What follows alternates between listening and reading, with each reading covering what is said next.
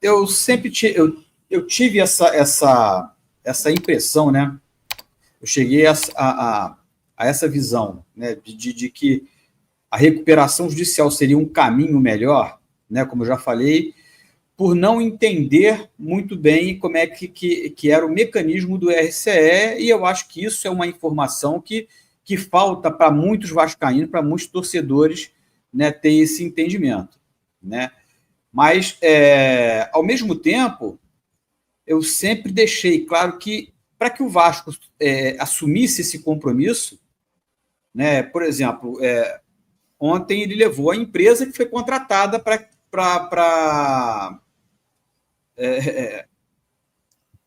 dar um andamento nessa questão aí, né, da entrada na recuperação judicial, né? Que é o escritório Álvares e Marçal, se não me falha a memória, né? Então, o que eu esperava era que eles chegassem e que já estivesse lá um planejamento, né, onde você já soubesse, olha, as receitas para que eu possa cumprir e honrar os compromissos que vão ser assumidos, eles vão vir de tais fontes, né? Então, eu acho que, a princípio, isso deveria ser uma coisa a ser apresentada, né? Porque você tem que saber de onde você vai tirar recursos que te garantam honrar os compromissos que você vai fazer com os credores, né? E quando você entra numa recuperação judicial sem saber de onde os recursos virão, né, e como você fará para captar esses recursos, dar um tiro no escuro. Então, assim, no meu modo de ver, eu acho que isso seria seria de extrema importância, né? Olha, nós vamos fazer uma recuperação judicial, mas nós temos essas possibilidades aqui para captar recursos e nós vamos estar indo ao mercado, e se isso aqui por acaso não der certo, nós temos essas outras opções aqui, né, que seria tipo, vamos colocar assim, a grosso modo, se apresentar um plano A, um plano B e talvez até um plano C, para que se fosse viável a conclusão até, né, da questão do pagamento dessas receitas, desses credores, né? Agora, o que eu tenho visto, Sérgio, desses comentários que surgiram depois dessa reunião de ontem, as cobranças sendo feitas como se o dia de ontem fosse um dia imprescindível para que se você chegasse lá e desse seu voto. Não, eu sou a favor, eu sou contra, e que você não se debatesse a situação, né, e que se tivesse um entendimento melhor desse tipo de situação. Como é que... Vem cá, ok, vamos entrar nessa recuperação judicial, mas qual é o caminho que vocês apontam para mim para a gente poder entrar nessa recuperação judicial sem susto? Quais as garantias que vocês me dão de que durante o processo isso não possa vir a causar um problema de que a gente possa correr risco de falência, né? Então, até a própria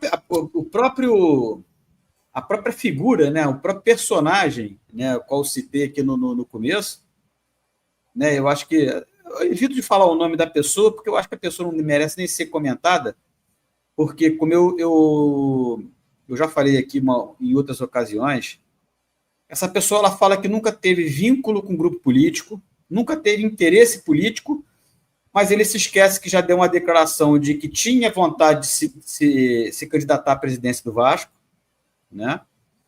Assim como também tinha interesse, né? E até teria ou teve, não sei, uma indicação para benemerência, né? E aí uma pessoa que diz que não tem interesse nenhum na vida política passaria a ter vínculo político com o clube, né? Um vínculo vitalício, né?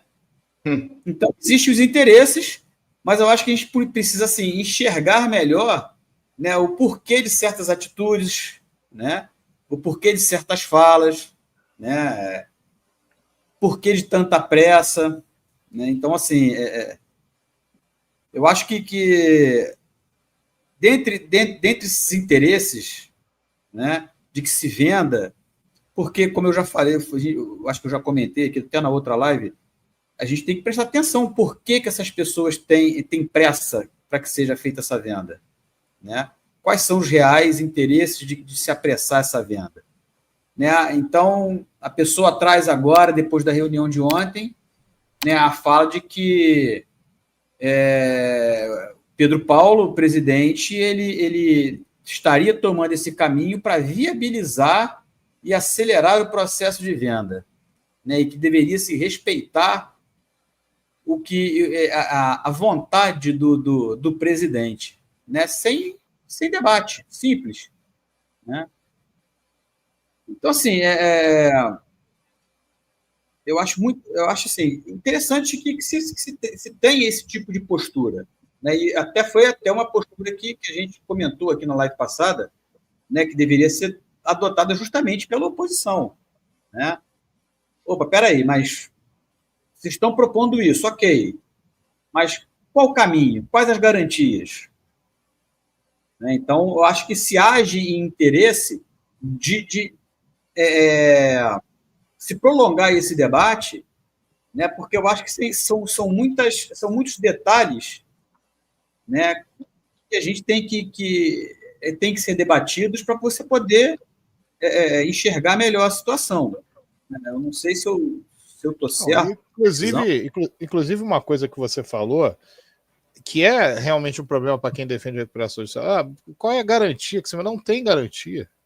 Você pode dizer que você tem o dinheiro, que você vai fazer e tal. Se der um problema, se tiver um problema que você não está contando no meio do caminho, porque não é assim, gente. Sim. Você tem inúmeras coisas que podem... Por isso que a cada 10, 7 ou 8 não conseguem. Aí você depende muitas vezes de uma decisão judicial. Uma coisa é você depender de uma decisão judicial, tendo um departamento forte, todo mundo diz, não, mas tudo bem, aqui é o VAR. Outra coisa, o VAR pode falir. Tudo tem que ser pensado. Então, isso que nós vivenciamos, se nós observássemos, não tivéssemos os dados, olha, os clubes brasileiros, em maioria, eles fazem, em termos de receita, 200 milhões de reais. E a dívida do Vasco, ela é 1,2 bilhão de reais, 1,2 bilhão de reais, e os jogadores hoje de futebol, você aqui no Brasil, você consegue vendê-los por no máximo 2 milhões de euros, chega lá a 12 milhões de reais. A cota de TV está nas mãos da Rede Globo, que já definiu a cota do Vasco, que vai ser o valor X. Os patrocínios, você tem que brigar na Caixa Econômica Federal para você tentar conseguir um valor que seja um valor de 10 milhões, de 8 milhões, de 12 milhões. Olha, quando você vai observar a tua possibilidade em relação à participação de sócio-torcedor, o máximo que você... A realidade não é essa. A realidade é que você pode ampliar um monte de coisas para conseguir.